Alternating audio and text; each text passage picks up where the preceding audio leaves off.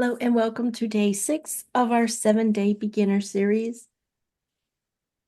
Today we are actually going to cover style from yesterday. We didn't have time to cover it yesterday. And we're going to look at the laser tools and quick edit. If you scroll down, I'm actually going to link this again because I did add some stuff, but you don't have to grab it because I'll be linking this documents that I added to this. Well, that's a whole bunch of ifs, ands, or buts, huh? I'll show you what I did. You decide if you want to grab the link or not. All right, so if you scroll down under day 5, there was this already here, but I went ahead and linked a few documents. So if you want to just grab this and replace the old version of this 7-day beginner series, go for it. But I am also going to link you this right here. Yes, it's extensive. If you grab this link and you go to duplicate it to your Notion, it's going to take a few minutes, okay? But this is every single class I've done. So this is for those of you who want to save this, have it there to research. Link this one. So what you can do, the main thing reason I want to link this is, first of all, I had some good ideas when I did this class that I probably have since forgotten about. My memory is horrible. Stephanie is here. She can just verify that. My memory's bad, y'all, really bad. But go through this or whichever ones interest you and pull out some stuff. So let's say today, we might not be able to cover as much as style as I have done in a style session. So once you've duplicated that big old extensive list of all of those, you can actually search up style. And guess what? It's going to show you these different ones that are in those documents. So you can just hop over to there. Or if I want to look at beats again, let's see, we got a beats deep dive. You won't have this one, but anything that's in the all class documents. So this helps you search if you save the big O extensive thing. And this quick tools one, this actually hasn't even happened yet. Congratulations, you're the first to get it. This is the class I'm doing at the end of this month. So if you really want to dive more into quick tools, come join that class. I think it's on December 30th. All right, so I've given y'all those 2 links. And again, only thing I did different in this 7-day beginners document was actually add the links to a couple of these, because I know I'm not going to be able to go in depth on style. That's another one that can take a good hour.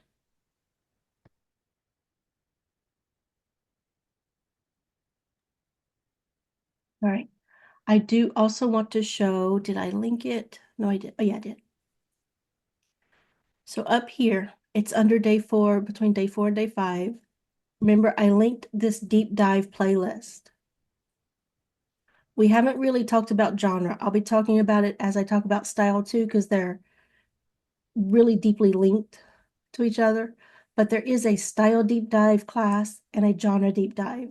There are some others here as well, as you can see. You're welcome to watch them all, of course.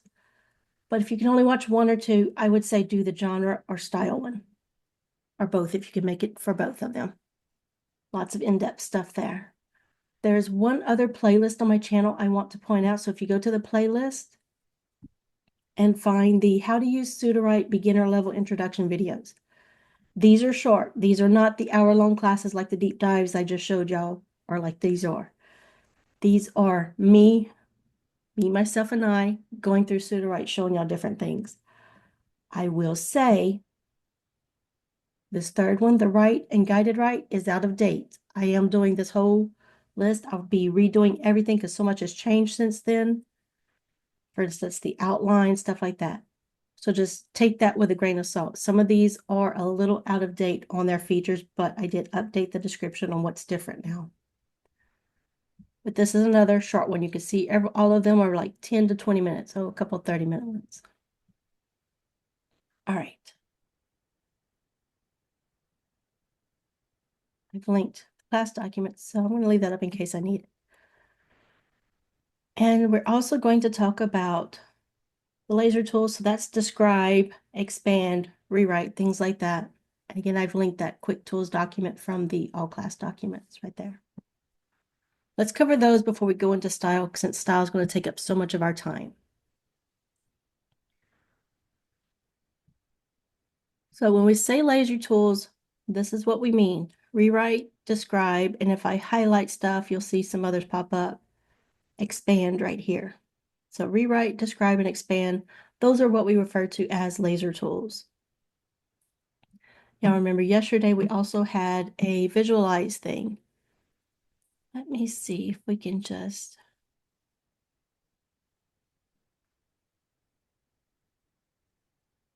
Sorry, I'm just looking for a new one. Don't have a new one to add, but we did do visualize. So in visualize, right here, it uses DALL-E 3. You can highlight up to 100 words right here and click visualize. It's going to create an image for you. Great for marketing. You'll probably see me play around with this while we use describe as well. If you need to highlight more than 100 words,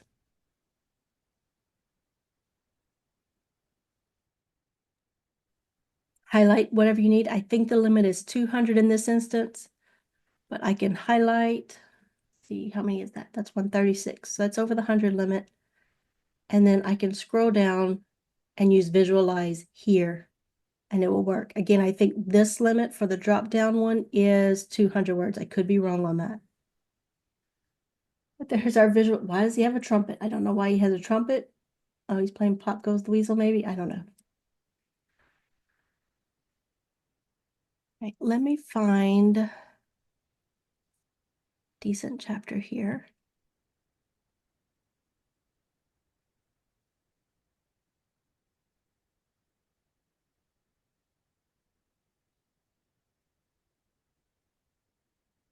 All right.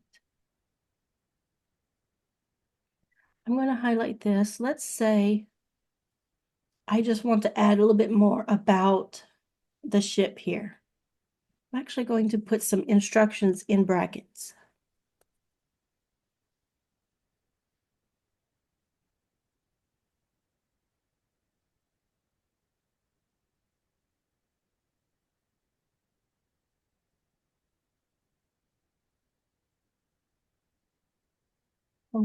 And I did that because I wanted to do more than just describe the engines. We'll see how well this works.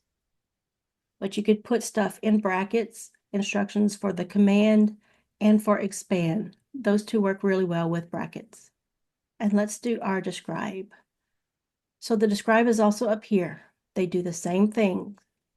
Now up here, if you click that arrow, you can change things. So if I don't want the taste, I don't want to know what the ship tastes like, I can turn that off. If I don't want a metaphor, I can turn that off. Metaphor is actually fun to play with for some images. I generally leave mine always toggled on. This carries over from project to project, meaning if I turn this off here, my next project is automatically going to have these turned off. So I usually just leave them on, even though I don't use them all. And generally inside each card, so it's going to generate a card for sight, one for smell, and so on, okay? It's going to generate a card for each of these. Generally, there's 3 different versions in each card, okay? It's just a small little output, you'll see. But toggle those on and off as needed. So I'm just going to hit describe. Let me blow my screen up for y'all. So we have the site now. So I typically like a little bit of something from each one. Now remember, we didn't edit this, I didn't edit this. So the output isn't going to be as good as it will be once you've taken the time, added your touch, got rid of those AI-isms, added your own voice to it, changed up those sentence structures and everything for you. Just because you see it. Sorry about that, y'all. So the output isn't going to be as great. Just keep that in mind. This is on me for not editing. But generally, I like a little bit from each. So I might like a sentence here, a sentence from this one, and I can just highlight whatever I like, copy it.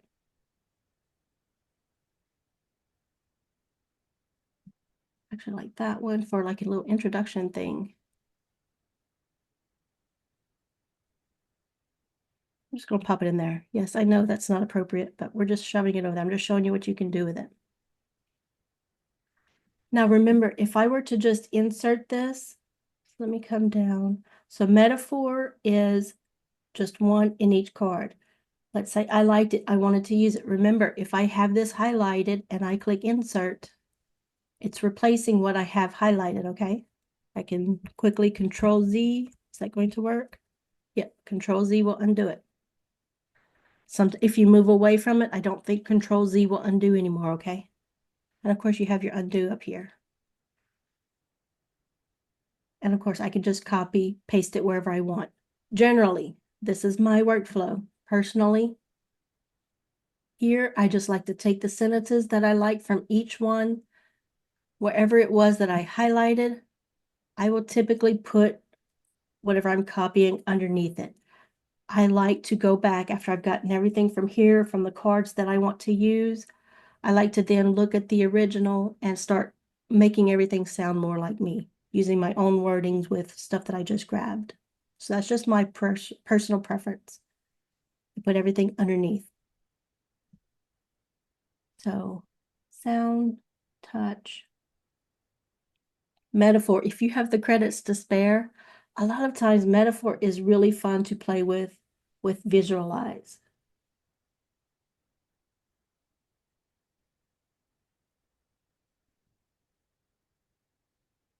I'm gonna do this one. Just copy it. Paste. These can be really good for marketing, y'all. Not all the images will be great or usable. And Visualize uses 2,500 credits a pop. That's no ifs, ands, or buts. It uses 2,500 credits.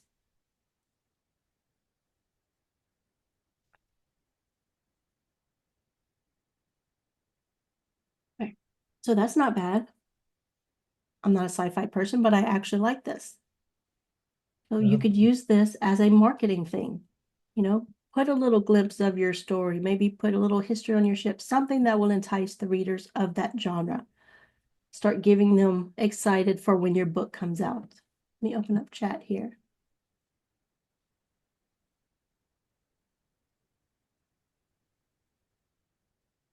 Making sure I didn't miss anything.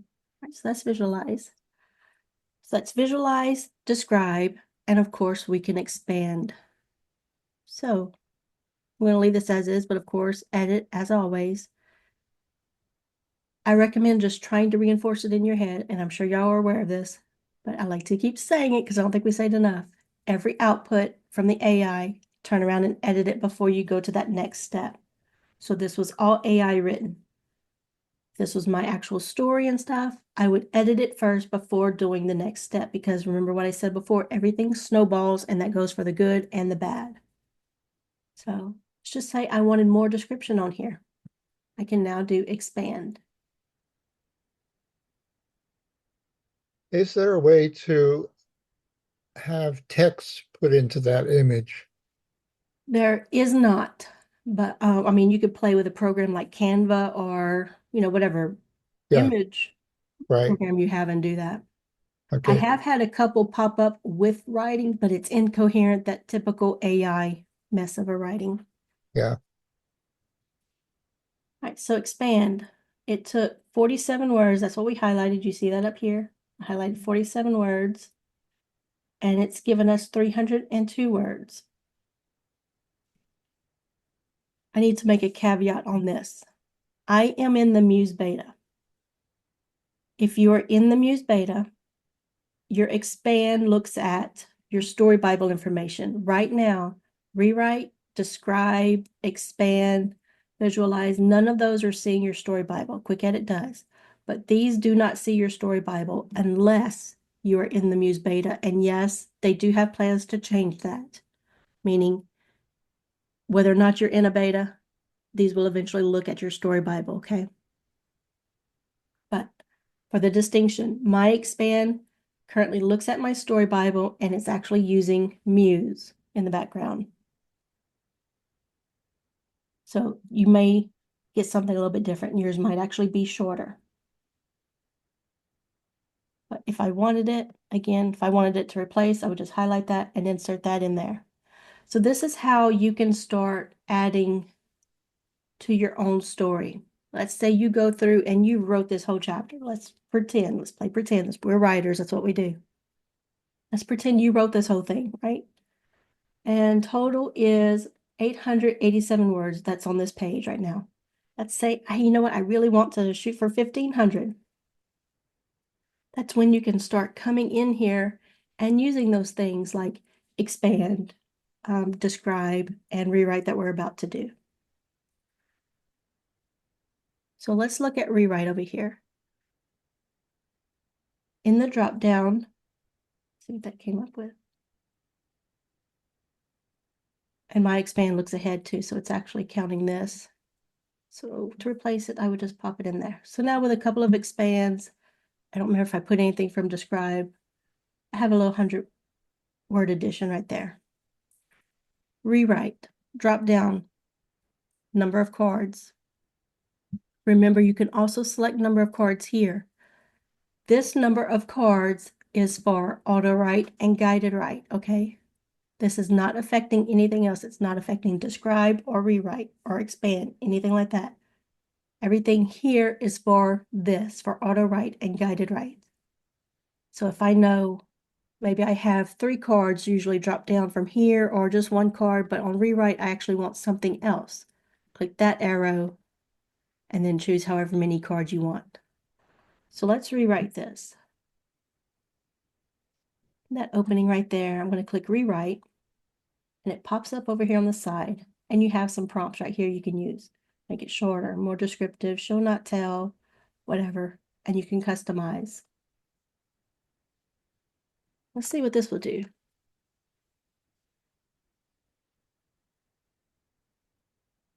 And a catchy opening hook. You could put, I'm trying to remember, I think it's 13 words here.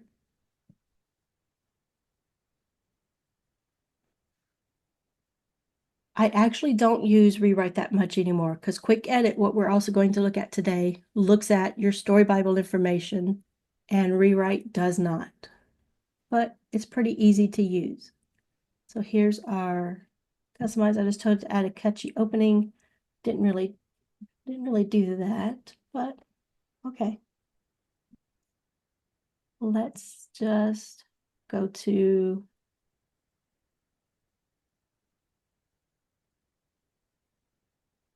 show not tell. Why not? That's a good or reliable. Show not tell and more descriptive are the two that I generally go for.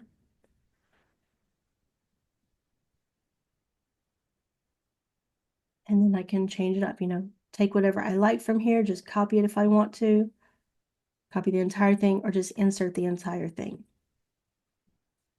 So that's how you start using the laser tools. Now let's look at quick edit. So I'm going to copy, you can highlight up to 1,000 words with quick edit. And I'm at 997, perfect, almost like I planned that. I am going to leave that instruction here. We'll see what happens. But you can highlight up to 1,000 words and you see quick edit pops up. The others are not because they have limits. Rewrite has a limit of 650. So once you highlight more than 650 words, rewrite is no longer an option. And I have never actually tried to see if it works the way, nope. Thought maybe it had a hack right there for the way Visualize does. All right. If you don't want to highlight, let's say you actually want to think of how to phrase this. I highlight when I want to tell it, hey, look at this. That's useful for quick chat. If I'm conversing with quick chat about characters or plot point or something and I want it to definitely reference, I will highlight that portion. Now, quick edit, you do need to highlight because typically you want something to change right there. But if you don't highlight, Control K on a PC brings it up or Command K on a Mac. All right, so now everything's highlighted again. And I want it to rewrite this scene. Can't make up its mind if it wants to be at the top or bottom. Toggled off, remember, does not use any credits. So this is free, whether I'm using quick chat or quick edit, it's toggled off over here, that's free. Toggle this on, it says it's going to start using credits. So for quick chat, quick edit, let's say I want to do my catchy opening.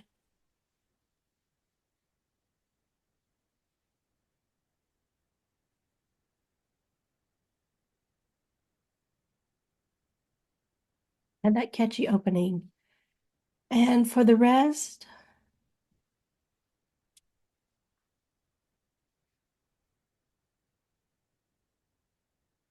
rewrite the text to be concise.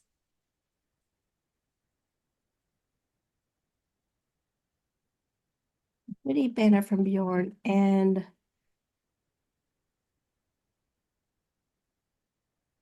a noticeable exasperation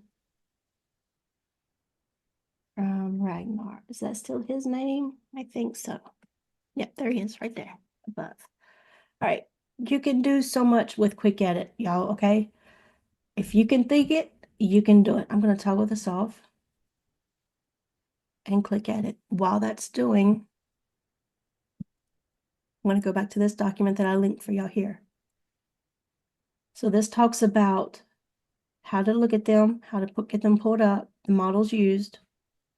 Again, if you're in the Muse beta, your quick chat and quick edit are using Muse right now. And it shows what each one looks at. So these are all the things that quick edit looks at. Looks at the highlighted text up to 1,000 words. Notice this.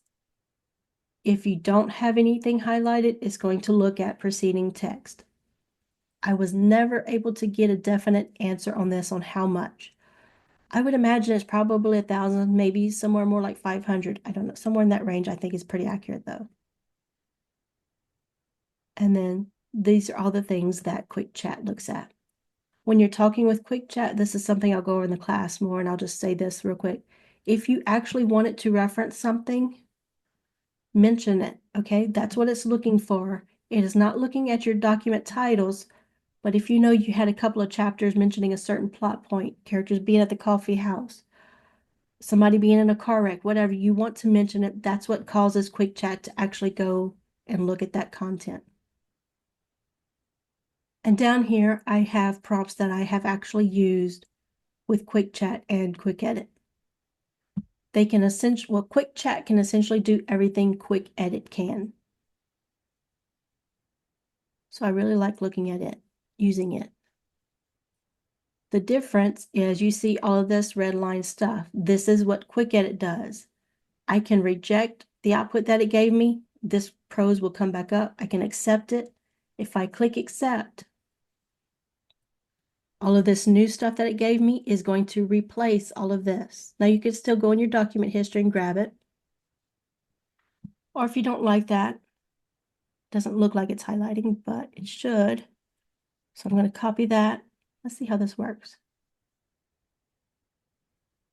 I'm going to reject it. Put that down there. And there we go. So this is useful if you don't want it to replace your content. You want to have both versions because you're like me, you want to combine things.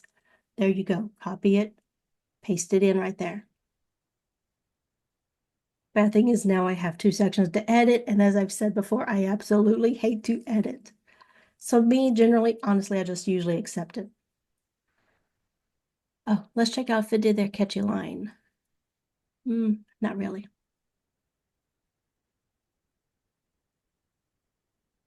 But I do like the rewrite much better. What do y'all think? Look at the first couple of paragraphs here.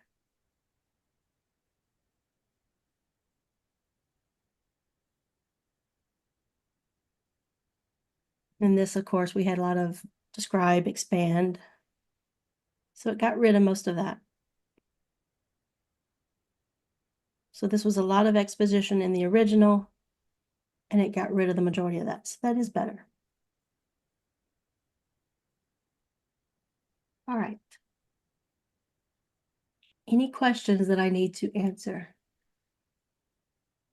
Is there a list of estimates about how many credits are used? No. But always remember, you can upgrade or downgrade at any time, okay?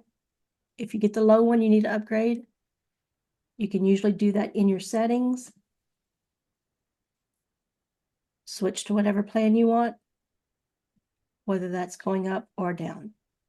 Or if you can't do it for any reason, contact the team, email them, and they'll get it switched for you. So don't hesitate. I started in the middle. Now I'm on the max one. What happens if you sign up for a whole year and then you want to modify? They will, last I checked, things could have changed. Last I checked, what they do is basically cancel what you're on now and do the prorated thing. So if you know, you still had 3 months left of your yearly plan, you would get those 3 months basically back at the prorated rate. Okay. And then they would start your new year plan on the new plan. Okay, great. Your billing cycle will change, but you will never be paying for more, if that makes sense. Yeah, thank you. Yes, sir. And Nicole, the quick chat, quick edit, you're editing, but quick chat is, what do you use that for? Um, just to get information, kind of like looking something up online? Is that what that's for? You could do pretty much anything you could think of. That's why I try to give some prompts too. Let's see, what did I? Just gonna access it here. Let's see, so in my Jack the Ripper story, I actually had it rewrite my outline. So I copied my outline from Story Bible into a document area and had it rework it the way I wanted it to work. Did a fabulous job. Right now, there is no history for a quick chat. So I cannot, if I have a conversation with it back and forth, it's not saving anywhere. So y'all make sure y'all copy any output. Other things I have asked, saying with the Jack the Ripper story, I said, well, let's try to take place in the modern day, see how that would work.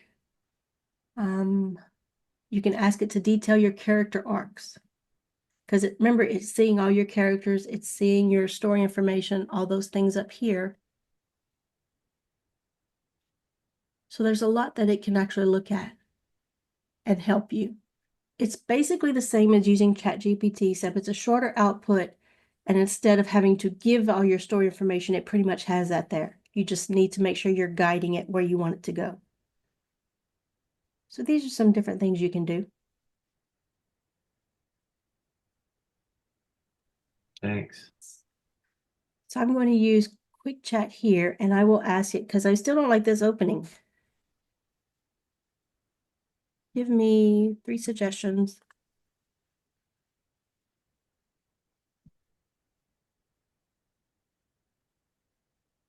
Make this opening more exciting.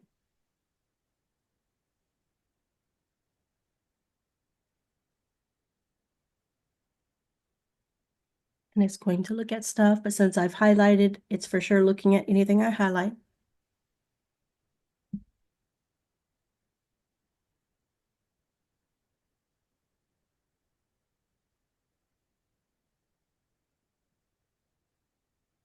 Three suggestions.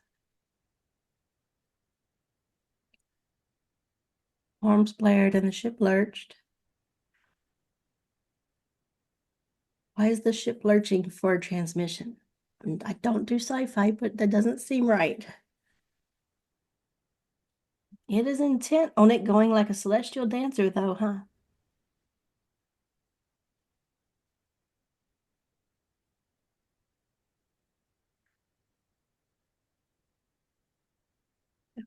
So I can tell it, I can keep going.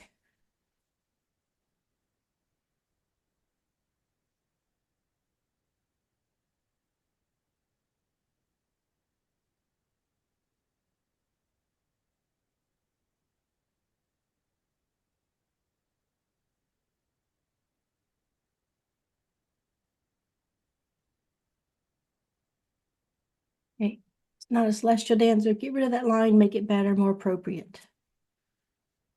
Let's open with a line of dialogue from Bjorn cracking a joke.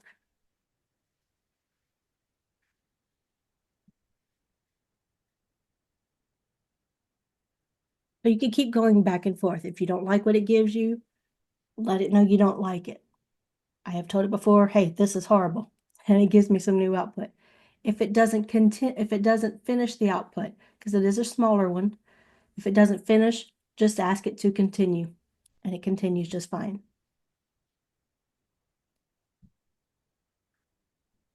All right, so Now it does open with him cracking the joke. And if I want to save that, I would just copy it and put it wherever. I actually like to create a new document over here, and I will typically name it quick chat output, even if it's something else.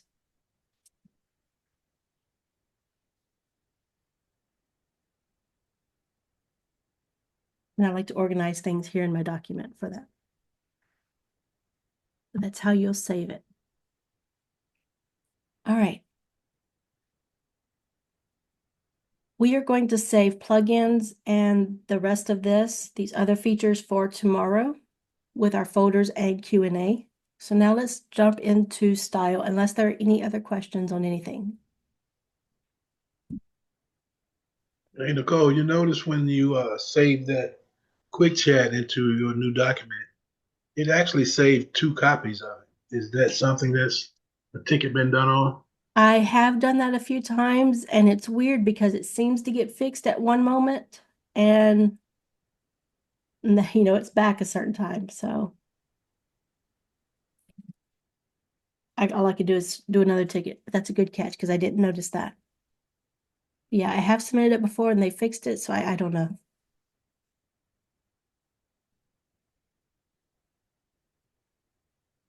All right, so we ready to go into style? I'm seeing chat pop up. Let me just.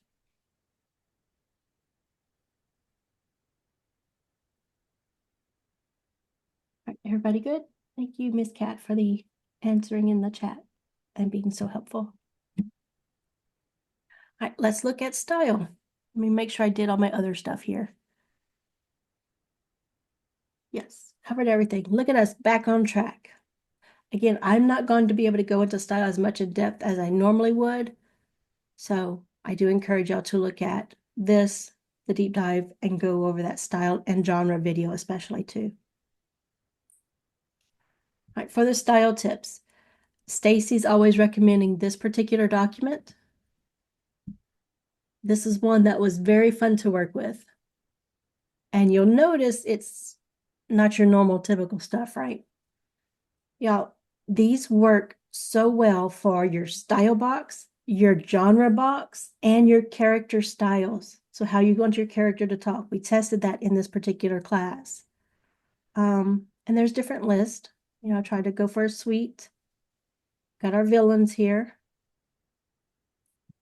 And fantastical.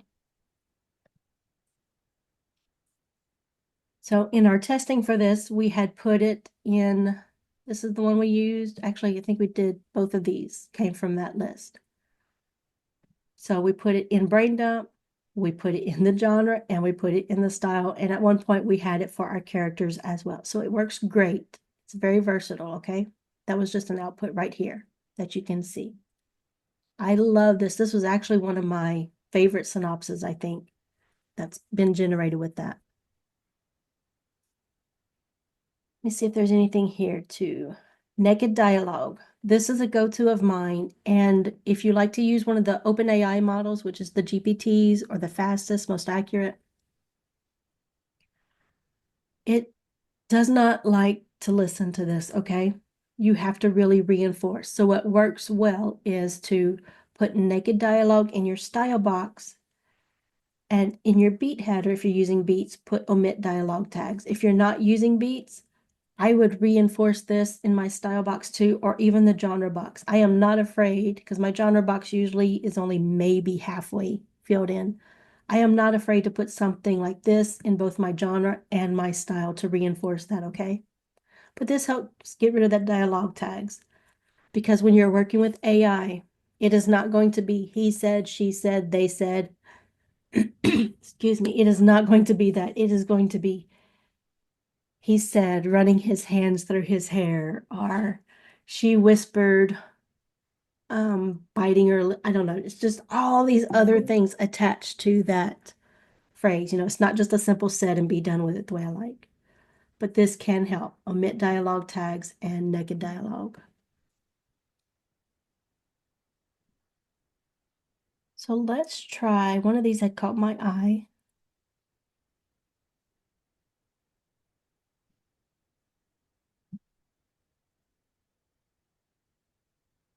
like both of these.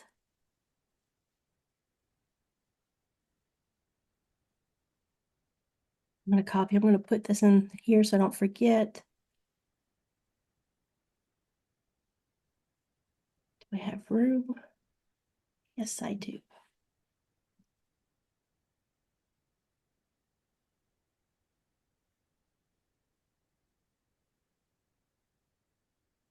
So again, one of these I could put in the genre box.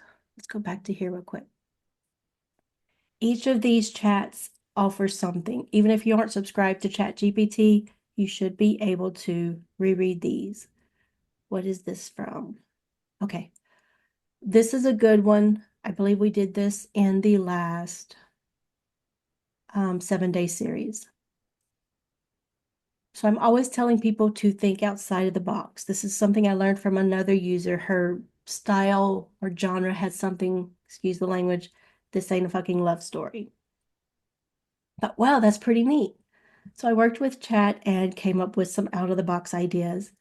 This is my favorite. This is what I use in every single mafia story I write, and it works great for me. This is what I've used in another story.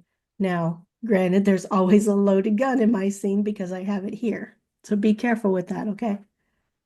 But think outside of the box. So I gave y'all some prompts here y'all can play with. And this is the output from chat of what it gave me to use for that Snow White and the Seven Dwarfs retelling that we did the last 7-day series. Things like this work really well. Or even if you don't want to just use this wording, there's other stuff you could say. So you can just keep it simple like this. Hard-boiled detective story set in a whimsical world. That works great for genre too. Some of this you might want to use for your characters. So lots of options there for you to just grab. And then each of these. So I'm just going to click into so y'all can see this real quick. Different type of narrative styles. Check out that conversation.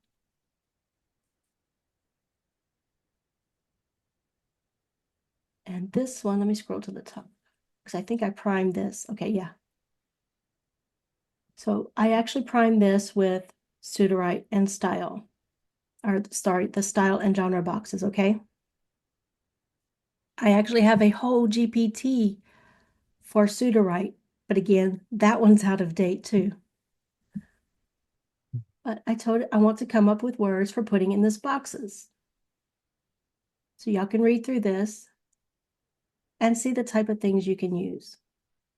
So what's the point of this? Why not just do your regular old, hey, this is a fantasy, this is a sci-fi, romance, and just, hey, I want third person, past tense, first person, present tense, whatever right here. You can do that. I do always, have something on those lines because it needs to know the style I want. But when it comes to genre, I do not recommend putting the general genre terms in there. So romance, if I have romance in here in my genre box, almost every chapter, usually multiple times in that chapter, there is going to be some version of the line, he knew together they would get through this. With him by her side, they could get through anything. It's going to be some version of they'll get through this together. That's if you have the romance in here. And y'all, I'm not just talking, hey, it's going to throw that in there at the end or when appropriate. No, it is going to constantly put, I was getting nauseous from seeing it so much. That's why I went on the search to get rid of it. And I discovered having romance in the genre seemed to be what was causing that. So now if I'm doing my dark mafia stuff, I usually use dark romanticism. I love those two paired together. Monique, one of the other teachers, actually uses the word romantic. And I think a few others like that one. And then typically I'll just put that it's mafia. And then I like to do I like to do this little thing.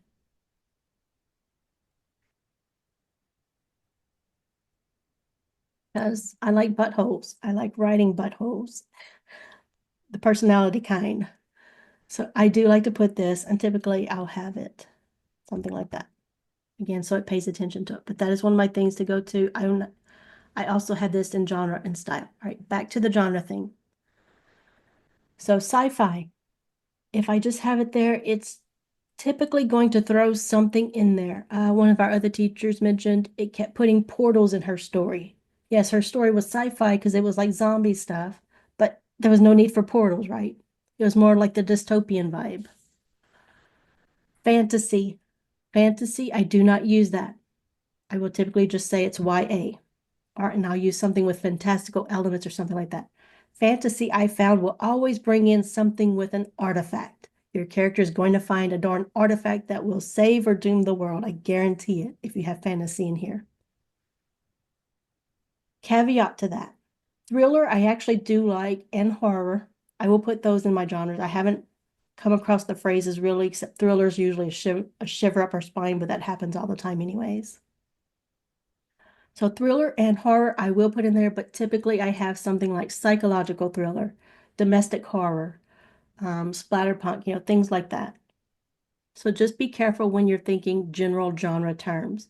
And that's something you can use quick chat here in Sudowrite, play around with those prompts, and see what you can do. Let's see. So for instance, it gave this alternative, right? Instead of having horror at all, I could actually put this in my genre box. That's what I mean when I say think outside of the box, okay?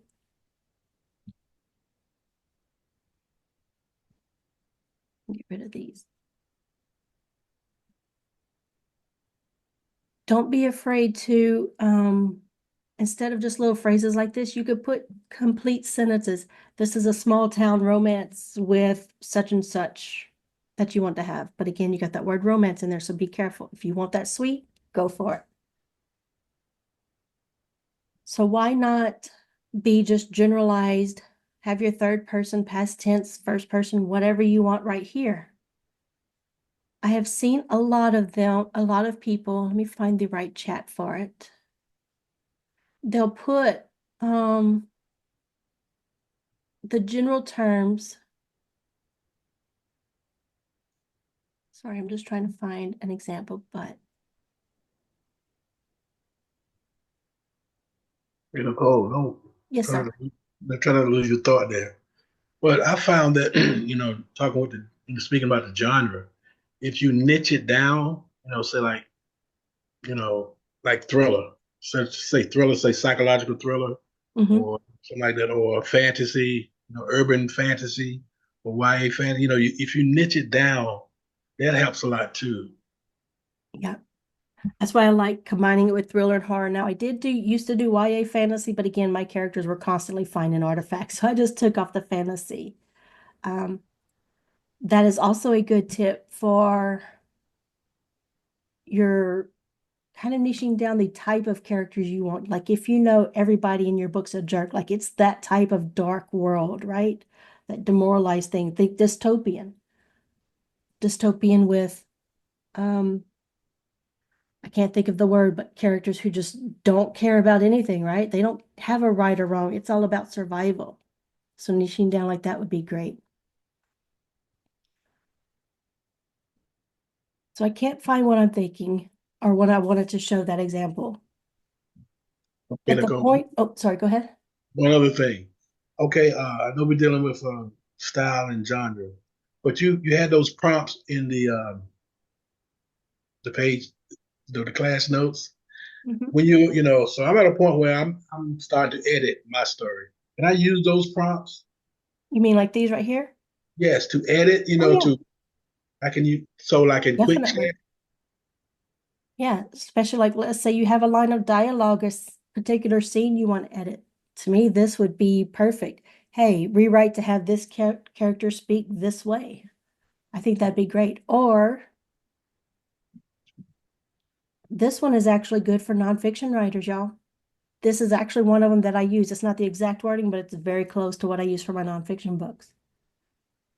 So yeah, you can use this for rewriting. These are so versatile. Play with them and have fun. And let me know how it goes. All right, so when it comes to style, the thing I see so many people doing wrong. Like when they come back, hey, the AI isn't listening, it's giving me this prose that I just don't like. And typically when we ask, hey, what's in your style and genre box? First of all, we can see some things in genres, usually setting it off to give some cliches. But a lot of times their style is very generalized. So the AI is trained on certain works, a lot of classic literature type stuff, okay? It already tends to write a certain way. Remember, in class the other day, yesterday, seems like so long ago, the homework, if you were doing it, was to have a simple style box, a stride of beats, and run through each of the models, right? To pick you a couple of them. That's the whole point of it. You're seeing that model's base output, what it tends to lean towards. And a lot of times I see people actually have wording in their style box that the AI is already writing that way. So you're wanting to find a way to make it sound like you and not the AI. That's when you need to get really specific. You want minimal descriptions, lush descriptions. You want sensory immersive details. Trying to think of what else. Nothing is popping into my mind. And it can take a while. Yo, I just discovered my style box for fantasy. Like my Mafia's been nailed down for several months now. Love it. But I was still struggling with nailing down the voice for my fantasy. So how can you get there? How can you get to that? Nailing it down and yes, this is what I want right here. I'm going to show y'all that. Before I jump into it, y'all are starting at a much better place than I did. Remember, whenever I started with Sudowrite, Story Bible was called Story Engine and it was in beta, okay? We were all learning this together. We didn't have these extensive classes with all these tips that people had learned. These featured styles right here are something relatively new. So you can click through, they actually give you a sample output. And they did say they kept the style box simple with that like third or first, all of that. So you can go through, see which ones you like. Gritty actually uses the no fucks given narrative style. They changed its, what is it? Let's see what it puts. This is actually my favorite. I compared in one of our classes, and I think Mr. Bruce agreed that using the gritty actually gave me slightly better prose than my normal style box for my Mafia stuff. It just changed things up just enough. But I also like clunky sentences. Refined and literary is my second favorite. So gritty and refined and literary, I like those two. Action-packed is pretty good. This is where I started whenever I was trying to nail down my fantasy. So I could put action-packed right here. So I just inserted it into my style box. Now you can change it. You're not stuck just because you picked that style. You don't have to leave it like this. If I want deep POV, I can put deep POV. If I want third person, fast person, start putting things like that. Get very specific in telling the AI what you want it to do. Focus. Focus on what you want it to do.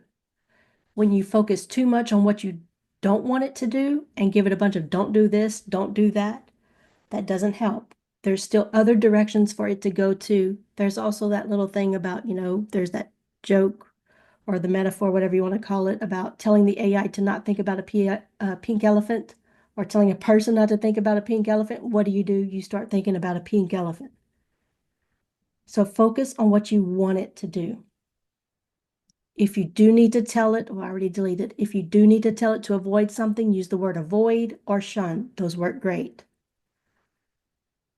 But guiding it to where you want it to go works better than just telling it not to do something and still leaving all these various paths that it can go down. So change each of these up. Refined and literary, so that was one of my others. I actually don't use this. I can't remember if I leave lyrical or not, but I always put dynamic right here. And I get rid of this because I like a lot of dialogue, so I always do my usual heavy dialogue or heavy Hollywood dialogue. Thank you, Manon. And then gritty. So play around with these. So you see how, yeah, it took the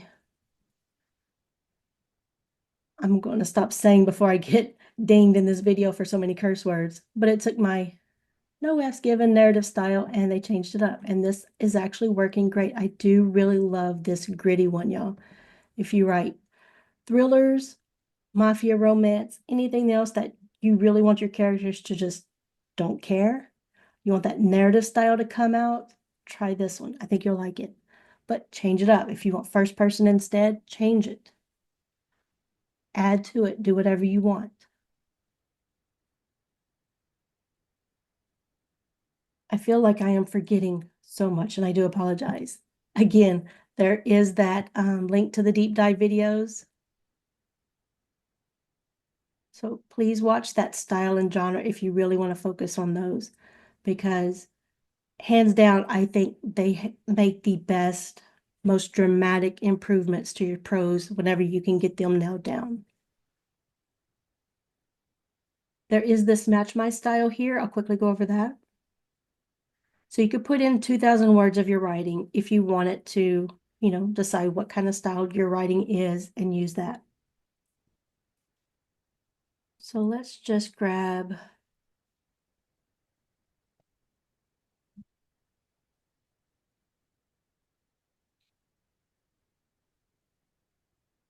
we can grab all of this actually. I'm going to grab that, paste it in, and click next.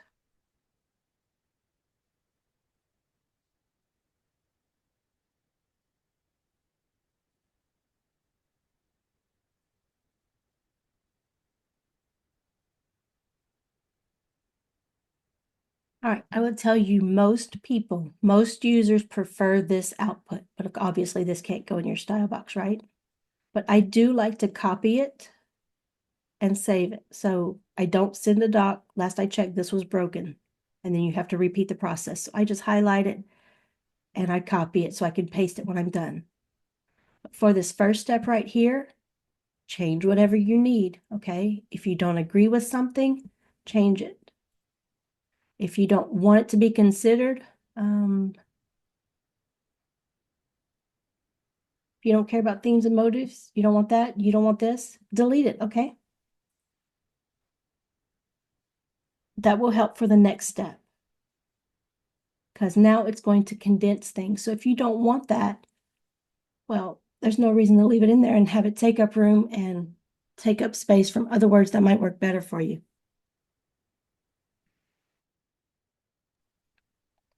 So I can put this in my style box now. You see it's 36 words. I can input it and again, change it up to whatever I want. I don't really like this result, okay? I'll be honest with you. And for most people that I've talked with, they don't like this one. That's why most people like that big lengthy output and they start using that and condensing it themselves. So I copy that lengthy output. I can come here and just paste it. And now I can use whatever words I want. Hey, I want it adventurous and slightly whimsical. Keep adding what I want and then use quick chat or wherever I need to condense it down, or the hyphens if there's enough. Now I will say, let me go back to my gritty. I use match my style in a different way. What I actually like to do with it is for each chapter of my outline, when I'm ready to write this chapter, I actually copy it and I put that in match my style. So each time, and that gives me that tone and mood words. Where was it at? So this tone and mood right here, this is generally what I'm looking for. And I use that somewhere in my style box or my beat header. That's pretty much all I'm really looking for. That's how I like to use match my style. Let's see if some credit cost here. Should have done this a little bit sooner. Match my style is only 54 credits. Not bad, but again, I only put in maybe 500 words or so. And then analyzing right here. Rewrite 401. So I I should have done it sooner so we could see the describe and rewrite. But they aren't bad.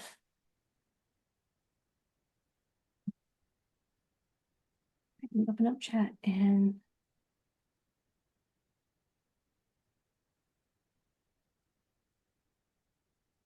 any question that I missed?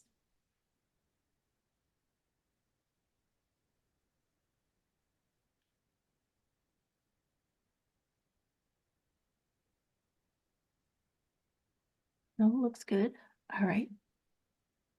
Let me go back here, see if I'm on track for everything.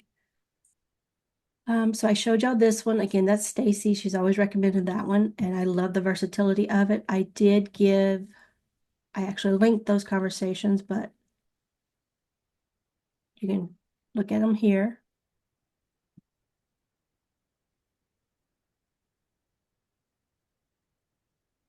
And the Sudowrite guide also has a style spot for genre and style box suggestions. Now, these are the typical ordinary kind of stuff. You may like the results. You may need to refine it a bit more, niche down, or think outside the box. But I tried to include a bunch. This came from chat. I tried to include a whole bunch just to give variety for people to experiment with. Different genres and everything.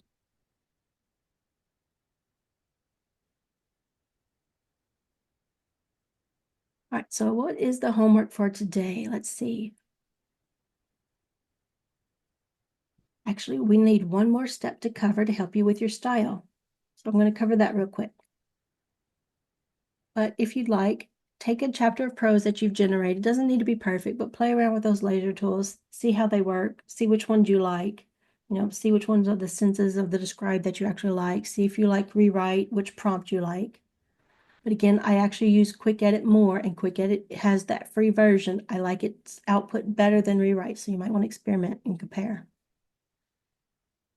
So I am going to do one more thing to help y'all refine your style, but a reminder, tomorrow we're going to be looking at folders, importing, we'll have the Q&A, and we'll look at everything in that plugin drop-down menu. All right, so let's say you did the featured style or had another style and it's close, but it's still not quite there, right? And you don't know what to change.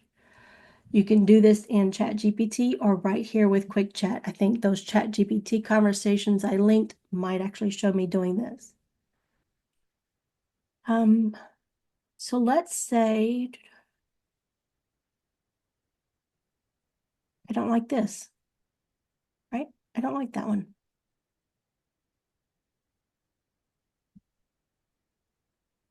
So I'm going to highlight it and I'm going to pop up Quick Edit so I can toggle over to Quick Chat. And the first thing I can do is ask it to describe the writing style of the highlighted text. Why start with that? This is a good way for you to compare. I know I don't like this. Vice versa, if I highlighted something that I really did like, the wording that it gives you, I can then immediately go to my style box and compare. Okay, I know I don't like this. Now it's telling me it's lush and descriptive with a focus on visual imagery. Use of simile. Okay, so I know right away I don't like that. It might be something I want to throw in there. Avoid similes and metaphors because the AI really does like to do those. Has a poetic quality. Okay, so I really only like a couple of these. I know I don't like lush prose. I don't like lush descriptions. I like immersive sensory descriptions, but I like them concise. So now I can tell it, let's say again, I don't know what I want. I just know I don't like it, right?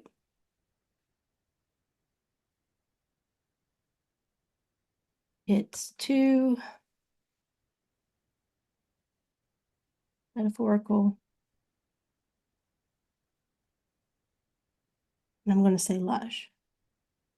I want immersive sensory descriptions, but make them concise. So I can actually go ahead and tell it to rewrite this passage of text. Or I can say, I can ask it for help.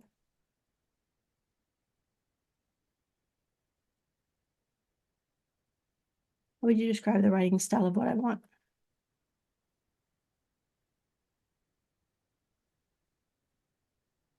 Try that.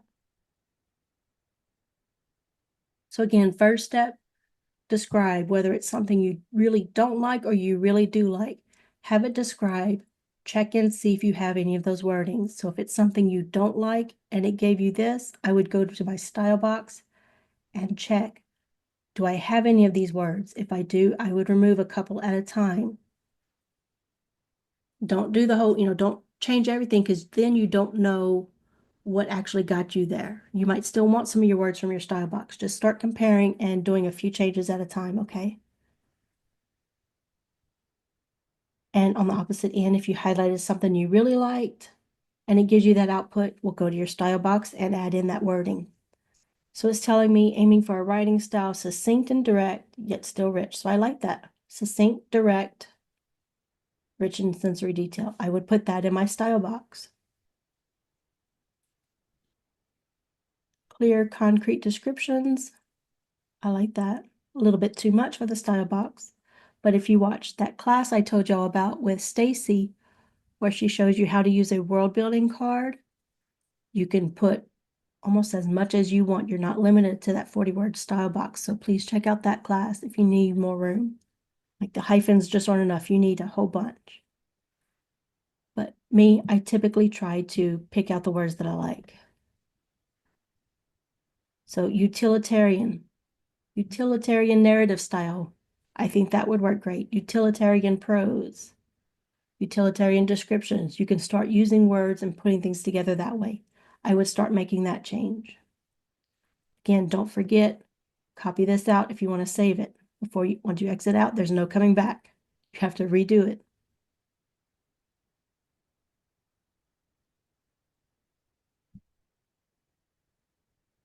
So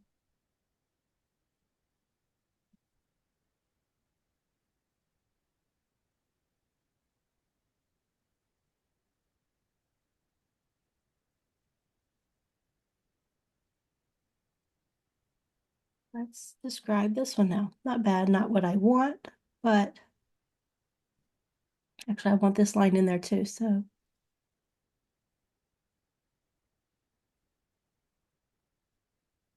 I don't like this line. I'm just making some changes to get a little bit closer to what I would actually want and what I would use.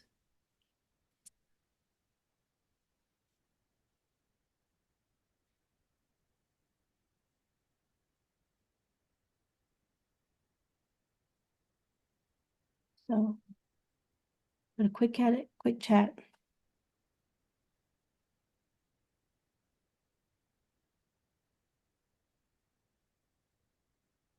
Describe that writing style. It was asked before, and I'll reiterate this. It was asked, can you write in the style of Stephen King or whoever you want? You certainly can. I can't stop you. I can't swat your hand or anything. I am very against that, though. To me, that's just, they worked on their style, right? That's their style. I want to see you come up with your style. Now, they can be a base for it. So I'll show you what I would do in that instance. All right, so now we have the one that we liked. I mean, not great, but again, AI stuff. Oh, look at that. It's concise. No wonder I like it, right? And I know I like short, punchy sentences. So there we go. Now I'm affirming what I think I like. Okay, let me make sure I got that in my style box. And then is there something else I don't have in my style box or that's showing here that might be opposite of what I have in my style box? That's how you can start changing things up. So let's talk about the author stuff. So instead of saying in your style box, write in the style of such and such, ask it, describe the writing style of Stephen King. Let's go with Stephen King.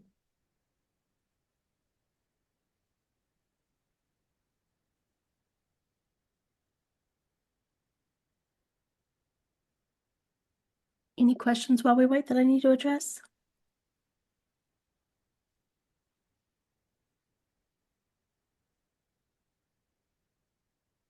Okay, you got the genre prompts?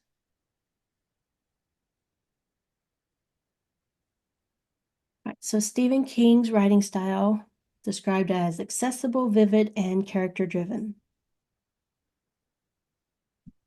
I like this. So instead of me saying, right, like Stephen King, now I have his writing style here and I can pick it apart and pull out the things that I really like. This might be something I would actually use when generating my outline or something, or a premise.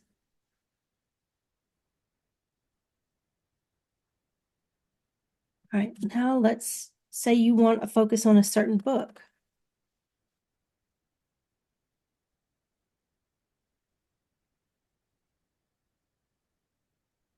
Let's go with The Stand.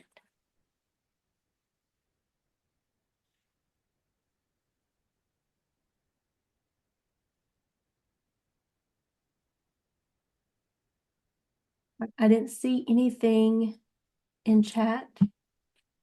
Stacy, please let me know if you do need that document. Looks like you got it, but I want to make sure before we leave. All right, so now we're on The Stand. Let's see. So a signature style, but with a few distinct elements. That's why it's helpful to actually look at a book you really like. Epic quality, okay. Rich, detailed descriptions. So you can go through here and pick it apart. But doing this can help give you that base output. Okay, I know I like this, what it said about King here, or this book. I can put that in my style box. But then from there, please start doing the other method of getting some prose generated with the style that you think you like, but then start refining it. Find out what you really like. You know, do you like those short, punchy sentences like I do? One of my main things about not liking the Claude 3s is they tend to do every single sentence as a complex sentence. So having, I think, dynamic prose, dynamic sentence structure, it wasn't working. This is another example of how different models respond to different wording. So the Claude 3s actually need different wording to get the type of sentence structure I like. But I wouldn't have discovered that without listening to some other teachers and playing around with things myself. So use another author's wording, their descriptive, the description of their style as a base, but then go from there and start making it yours. And I guarantee by the time it's done, there's going to be 0 of them and it's going to be all your style. That's good. That's good to know. I like what you just said. Yeah. And it takes time. It really does. I was happy with the prose at first, and then over the years, I've just refined it